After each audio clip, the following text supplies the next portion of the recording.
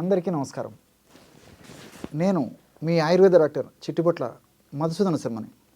మనం ఈ వీడియోలో దేవతా స్వరూప మొక్క తులసి మొక్క ఔషధ గుణాలు అనేటువంటి అంశాన్ని గురించి తెలుసుకోబోతున్నాం. దేవతా స్వరూపమైనటువంటి మొక్క ఈ యొక్క తులసి మొక్క.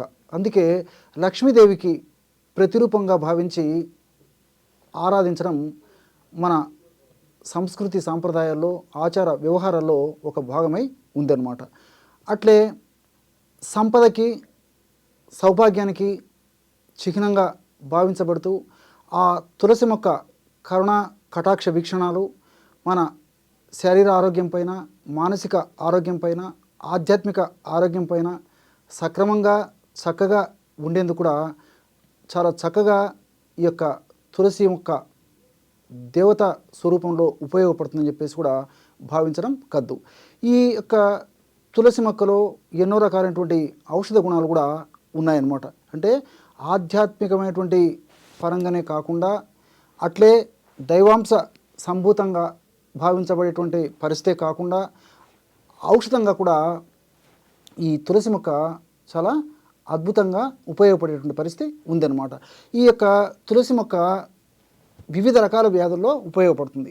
అందుకే తులసి మొక్క గాలి తగిలినప్పటికీ ఆ గాలి యొక్క ప్రభావం చేత అనేక రకాలైనటువంటి క్రిమికీటకాదులు కూడా మన దేహాన్ని ఇబ్బంది పెట్టవనేటువంటి ధోరణితోనే, శాస్త్రీయ పరిజ్ఞానంతోనే మరి తులసి మొక్కను పెంచడం కూడా ఆచార వ్యవహారాల్లో ఒక భాగంగా చేయడం జరిగిందనమాట. అంటే అంత తులసి మొక్క గాలికి కూడా అంత శక్తి ఉండేటువంటి పరిస్థితి ఆ యొక్క దేవతా స్వరూపమైనటువంటి మొక్కకు ఉందన్నమాట. ఈ యొక్క తులసి మొక్క అనేక రకాలైన వ్యాధులకి ఔషధంగా ఉపయోగపడుతుంది. ఉదాహరణకి దగ్గు, జలుబు, ఆయాసము అంటే బ్రాంకైటిసు ఇలాంటి సమస్యలు ఉన్నప్పుడు ఈ యొక్క తులసి మొక్కను నేను చెప్పినటువంటి పద్ధతిలో సద్వినియోగం చేసుకోవడం వల్ల చాలా సమర్థవంతమైన ఫలితాలు కలుగుతాయి. ఎలాగంటే రోజు ఉదయం పరిగడుపున 200 మిల్లీలీటర్ల నీళ్లు ఒక పాత్రలో తీసుకొని అందులో 10 తులసాకులు, 10 మిరియాలు అంటే మిరియాలను ఒక 10 తీసుకొని నలగొట్టేసేసి అందులో వేసేసి ఒక 2 గ్రాములు అంటే చిన్నగా అంత ప్రమాణం అల్లం ముక్క శుభ్రం చేసేసి దంచేసేసి అందులో వేసేయాలి. అంటే 200 మిల్లీలీటర్ల నీళ్ళల్లో 10 తులసాకులు, నలగొట్టినటువంటి మిరియాలు ఒక 10 మిరియాలు తీసుకొని నలగొట్టి అందులో వేయాలి. అదేవిధంగా అల్లం ముక్కను కూడా నలగొట్టేసేసి అందులో వేసేయాలన్నమాట. ఆ విధంగా వేసి పొయ్యి మీద పెట్టేసి 100 మిల్లీలీటర్ల నీళ్లు మాత్రమే మిగిలేటట్లు మరిగించి దించి చల్లార్చి గోరువెచ్చగా ఉన్నప్పుడు వడగట్టేసేసి అందులో ఒక స్పూను తేనె కలిపేసి సేవిస్తుండాలి రోజు ఉదయం పూట. ఈ విధంగా క్రమం తప్పకుండా రోజు ఒక్కసారి ఈ యొక్క ఔషధాన్ని ఈ పద్ధతిలో వాడుకోవడం వల్ల చాలా సమర్థవంతమైన ఫలితాలు కలుగుతాయి. అంటే ఈ తులసి మొక్కకు ఉన్నటువంటి అద్భుతమైనటువంటి శక్తులు ఏమిటంటే యాంటీటసివ్గా పనిచేస్తుంది, యాంటీ హిస్టమిన్గా పనిచేస్తుంది, యాంటీ ఇన్ఫ్లమేటరీగా పనిచేస్తుంది, అదేవిధంగా యాంటీబయాటిక్గా పనిచేస్తుంది, యాంటీ ఫంగల్గా పనిచేస్తుంది, అదేవిధంగా యాంటీ వైరల్గా పనిచేస్తుంది. ఈ విధంగా అనేక రకాలైనటువంటి ఔషధ శక్తులు ఈ తులసి మొక్క దేవతా స్వరూపమైనటువంటి తులసి మొక్క సొంతం అన్నమాట. కాబట్టి ఈ సమస్య సర్వసాధారణంగా వ్యాధి నిరోధక శక్తి తక్కువగా ఉన్నటువంటి వాళ్ళలోనే ఈ సమస్య కూడా కలుగుతూ ఉంటుందన్నమాట. విపరీతమైనటువంటి అలర్జీ, తుమ్ములు, జలుబు, దగ్గు, ఆయాసము చాలా బాధపడుతుంటారు అనమాట. మరి వ్యాధి నిరోధక శక్తిని పెంచేందుకు కూడా ఇప్పుడు నేను చెప్పినటువంటి పద్ధతిలో ఔషధాన్ని వాడుకోవడం వల్ల ఉపయోగం కలుగుతుంది అనమాట. కాబట్టి ఈ యొక్క ఔషధాన్ని మరి దీర్ఘకాలం పాటు వాడినప్పటికీ అన్నీ మనకు సైడ్ బెనిఫిట్స్ ఉంటాయి, ఎలాంటి సైడ్ ఎఫెక్ట్స్ ఉండవు. క్రమక్రమంగా ఆ యొక్క సమస్య కూడా తగ్గిపోయి శాశ్వతంగా కూడా ఆ అలర్జీ నుంచి మనం చెక్ పెట్టవచ్చు అనమాట ఈ యొక్క పద్ధతిలో ఈ యొక్క ఔషధాన్ని వాడుకోవడం వల్ల.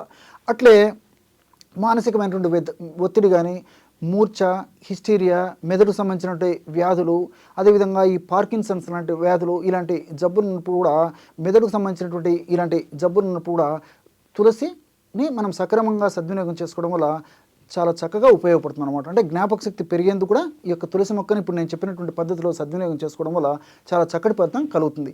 ఎలాగంటే 2 కొబ్బరి గిన్నెలు తీసుకోండి, ఎండినటువంటివి 2 కొబ్బరి గిన్నెలు బాగా నిదానంగా నోట్ చేసుకోండి, గమనించి నోట్ చేసుకోండి.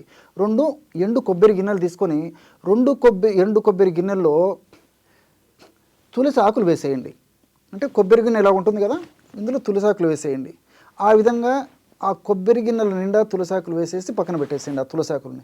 అదేవిధంగా బెల్లం, పాత బెల్లం దొరికితే మరీ మంచిది. పాత బెల్లం పొడి చేసేసి ఒకవేళ పాత బెల్లం దొరకకపోతే మామూలు బెల్లమైనా సరిపోతుంది. బెల్లాన్ని పొడి చేసి అదే పద్ధతిలో ఆ 2 ఎండు కొబ్బరి గిన్నెలు ఉన్నాయి కదా, ఆ కొబ్బరి గిన్నెల్లో బెల్లం పొడి కూడా పెట్టేసేయండి. పెట్టేసి కొలితేసేసి అది పక్కన పెట్టుకోండి. మూడవదిగా స్వచ్ఛమైనటువంటి ఆవు నెయ్యి కూడా ఆ ఎండు కొబ్బరి గిన్నెల్లో పోసేసి అది పక్కన పెట్టేసేయండి. ఈ పద్ధతిలో ఆ ఎండు కొబ్బరి గిన్నెల్లో ఈ 3 పదార్థాలు కూడా కొలిచేసేసి తర్వాత ఎండు కొబ్బరిని తురిమేసేయండి. బాగా తురిమిన తర్వాత ఈ పదార్థాలన్నిటిని బాగా కలిపేసేయండి.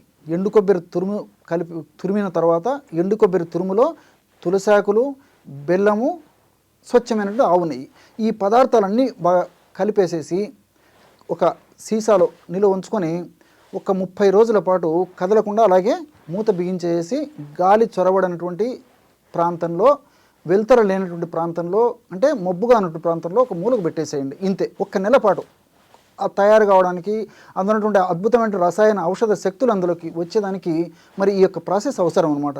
కాబట్టి ఈ పద్ధతిలో అందులో నిల్వ ఉంచిన తర్వాత తీసుకొని రోజు ఉదయం పరిగడుపున 3 వేళ్ళకు వచ్చినంత, అంటే ఇలా పట్టుకుంటే ఎంత వస్తుందో అంత ప్రమాణం చప్పరించేసి మింగేసి నీళ్లు తాగొచ్చు, లేకపోతే 1 కప్పు పాలు తాగినా సరిపోతుంది అనమాట.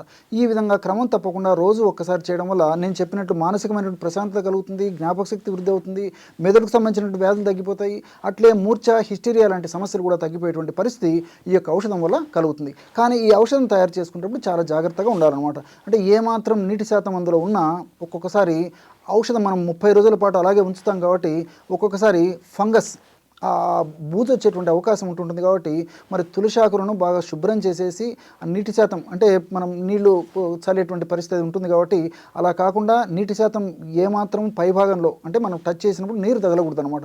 ఆ విధంగా ఆ నీటి శాతం అంతా ఆరిపోయిన ఉన్నటువంటి ఆ తులసి ఆకులు, పచ్చి తులసి ఆకుల్ని వాడుకోవాలన్నమాట. ఈ జాగ్రత్తగా గమనించేసి మీరు చెప్పినటువంటి పద్ధతిలో ఈ యొక్క ఔషధాన్ని వాడుకోవడం వల్ల చాలా అద్భుతమైనటువంటి ఫలితం కలిగేటువంటి పరిస్థితి ఏర్పడుతుంది.